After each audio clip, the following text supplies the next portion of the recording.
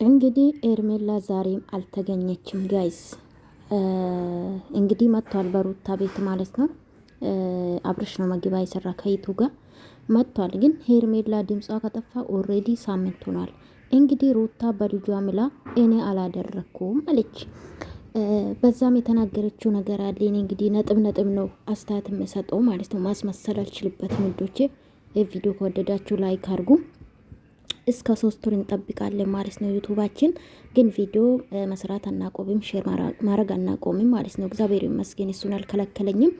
ኤንዌስ እንግዲህ ሩታ አንዱ ምን አለች? ሄርሜላ ብትበድለኝም አለች። በነገራችን ላይ ሄርሜላ ምንም አላደረገችሽም፣ ሶሪ አላደረገችሽም፣ ምንም ነገር አልበደለችሽም ሩታ። ይሄ እንድታቂ ይፈልጋሉ። ለምን ራስሽ ነው ትዳርሽን ያላሹ፣ ትዳርሽን አክብረሽ ባልሽን አክብረሽ ያላሹ አንቺ ነሽ። ኤርሜላ ምንም ነገር አንድ ቀን ክፉ ቃል እንኳን አውርታ አታውቅም።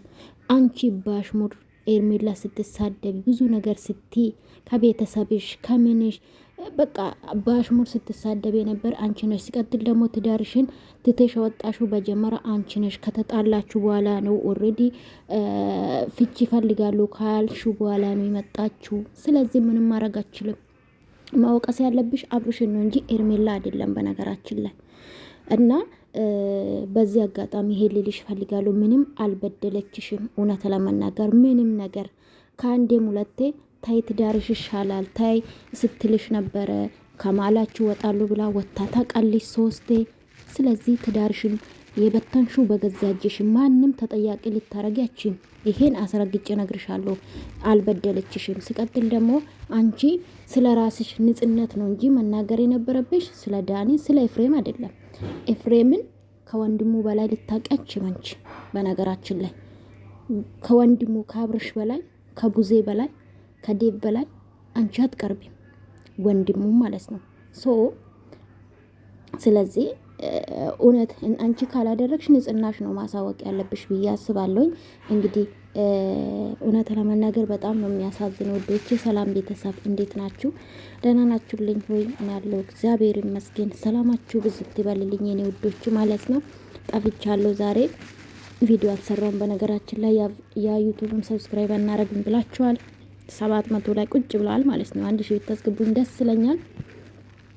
እና በጣም ነው የማመሰግነው የምታበረታቱኝ ሂቶቼ። በጣም ነው የማመሰግነው። በጣም ነው የምወዳችሁ።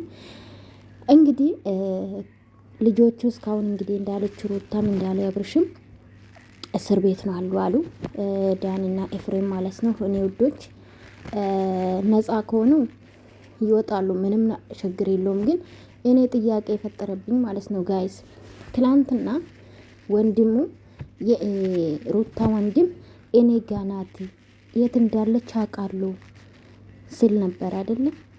ማኑ አብርሽ ለምን ጸጥ አለ? ጥያቄ ነው። ለምን እሱን ጸጥ አለ? እሱም እኮ ማስጠየቅ ይችል ነበር አይደለ? ነው ውዶች።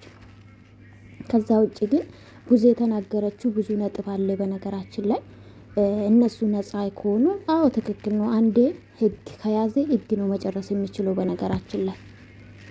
ወይም ደግሞ ኤርሜላ ከተገኘች በኋላ ነው ክሱ ማንሳት የሚችለው ወይም ደግሞ በቃ ነገሮቹ መፍታት የሚችሉ ብዬ ነው የማስበው።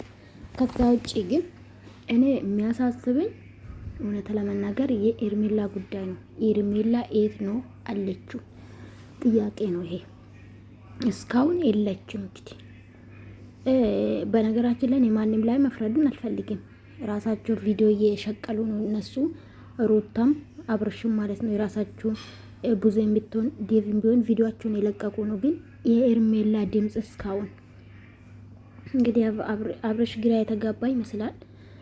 እሱ በእርግጥ እኔ አብርሽ ለኔ አዲስ አይደለም። የአንገት መድፋት ምናምን አዲስ አይደለም ለተመልካች ታውቃላችሁና በጣም ነው የሚገርመው። አላቅም እንግዲህ ውዶቼ። እንግዲህ ሩታ ለዳኒም ለራሷም ለኤፍሬም የተከራከረች ነው። ምንም አላደረግንም፣ ልጅቷን ሲጀምር አላየንም፣ ቀልድ ነው መሰለን ነው እንግዲህ ያለችው አለችው። በዚህ ደግሞ ሜሪ እየመሰከረችባት ነው። በዚህ ደግሞ የሩታ ወንድም ተብዬው እኔ ጋናት ኤርሜላ ይላል። ግራ ያጋባል ነገሮቹና እውነት ለመናገር እኔ ቀን ቪዲዮ አይቻለሁ። በጣም ተናዳችሁ ቪዲዮ ሲሰሩ ነበረ። እኔ ግን በዛ አስተያየት ልሰጥ ነበረ። እውነት አላችሁ። እውነት ለመናገር ሁሌ በውሸትም ይሁን በእውነትም ተደጋጋሚ የሆነ ነገር ያስጠላል። ስራቸው በተለይ ወደ ህጉ ማለት ይሄ ቪዲዮ ወደ ህግ ቢሄድ ማለት ነው ወይን እውነት ይሆናል ወይን ደግሞ ውሸት ይሆናል። እና እኔ አላቅም። አንድ ቀን እስር ቤት ነው የሚገቡ ነው የሚመስለኝ። ተመልካች ደግሞ እነዚህ ልጆች ላይ ከዞሩ ከባድ ነው ብዬ ነው ማስበውና እና አብርሽም እውነት ለመናገር እዚህ ቪዲዮ ላይ መታችሁ እኚህ ከምትሉ ልጅቷን ፈልጋችሁ ልጅቷን ብቻ የምታመጡልን ደስ ይለናል። በቃ ከቪዲዮ ውጭ ሆናችሁ ምንም ቪዲዮ የሰራችሁ ምንም ለሄርሜላ የሚጠቅመው ነገር የለም፣ ለህዝቡ የሚጠቅመው ነገር የለም። ግን ልጅቷን ከህግ አካልም ከሆነ እንደምንም ልጅቷን ለማግኘት መሞከር ነው። አለቀ። በአንተ ዙሪያ ያሉት ወዳጅ መስሎት ጠላት ሊሆኑ ይችላሉ። በሩታ ያሉት ብዙ ናቸው። በተለይ በሩታ በኩል ያሉት ብዙ ናቸው፣ ሴቶችም ወንዶችም። እነሱ ነው ብዬ ነው ማስበው። ከዛ ውጭ ግን አላቅም። እንግዲህ ሄርሜላ መቼ እንደምትገኝ አላቅም። እስካሁን አልተገኘችም። እናንተ ምን ትላላችሁ በኮሜንት? እንግዲህ እግዚአብሔር ሄርሜላ ብቻ ደህና ያርግ ነው። እውነት ለመናገር ኢትዮጵያ ላይ ታውቃላችሁ ብዙ ነገር አለ።